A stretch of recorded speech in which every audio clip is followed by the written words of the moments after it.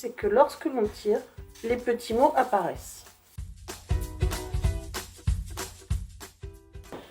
Donc c'est un morceau qui mesure 14,85 par 21.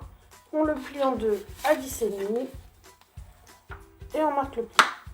Pour faire le devant, donc la partie ajourée ici, d'un morceau lui qui mesure 12,5 par 16,85. Donc mon papier il est comme ça et on va commencer par le plier autour. Ensuite on va venir couper les coins et finalement on va ajourer le milieu et faire une fente. La fente elle va nous servir pour la petite languette qui est ici. Alors donc on y va, donc je vais plier à 1 cm sur les 4 côtés.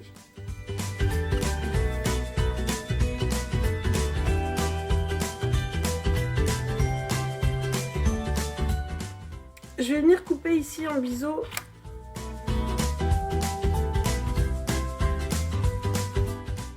Je fais mon repère à 2 cm et je vais mettre 1 cm de chaque côté.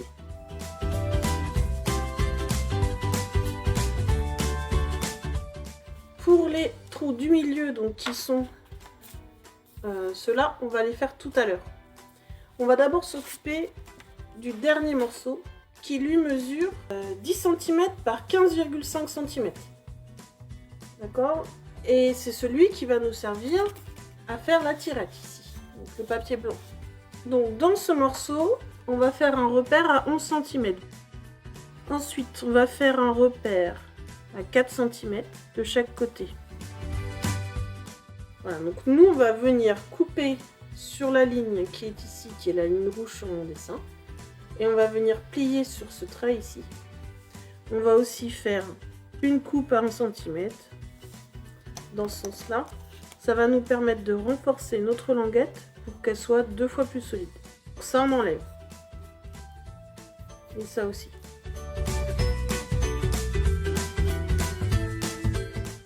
Donc ces deux éléments-là, on va pouvoir les rabattre de l'autre côté. Et on va coller.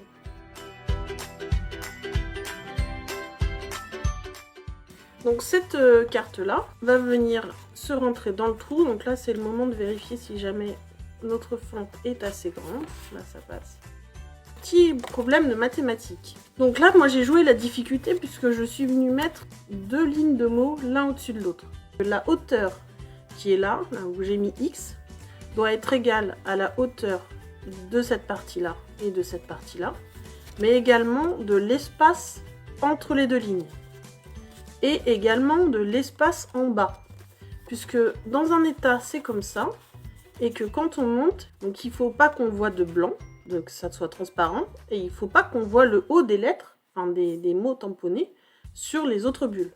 J'ai préparé mon Stamparatus avec les tampons qui sont déjà bien positionnés, parce que sinon si j'avais dû les repositionner devant vous, jamais j'aurais réussi à faire ça correctement. Donc là ce qu'on va faire, c'est qu'on va tamponner. Et ensuite, je vais devoir faire la même chose sur la page blanche. Donc là, la carte, elle est poussée en haut.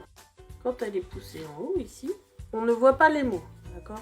Donc si ici, je viens fermer mon tampon, on voit bien que ça ne va pas aller puisque ça va tomber au mauvais endroit. Quand la carte est tirée, donc au plus bas, on voit les mots. Pour bien tamponner correctement, il faut que je place ma carte bien en bas. Et là, je vais pouvoir venir tamponner. Et on voit que ici, ça va tomber au bon endroit. On va venir découper les poinçons ici.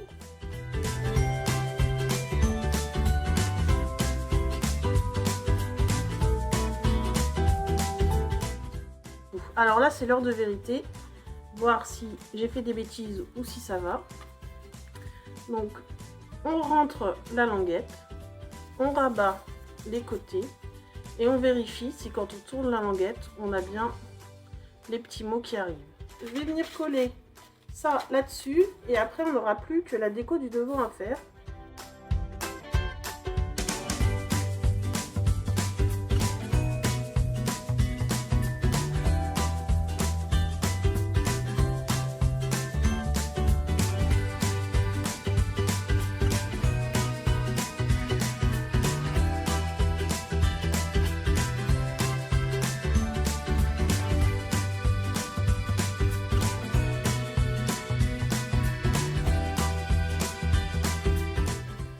On a terminé. J'espère que ça vous a plu, donc vous avez apprécié la petite carte que je vous ai fait découvrir aujourd'hui.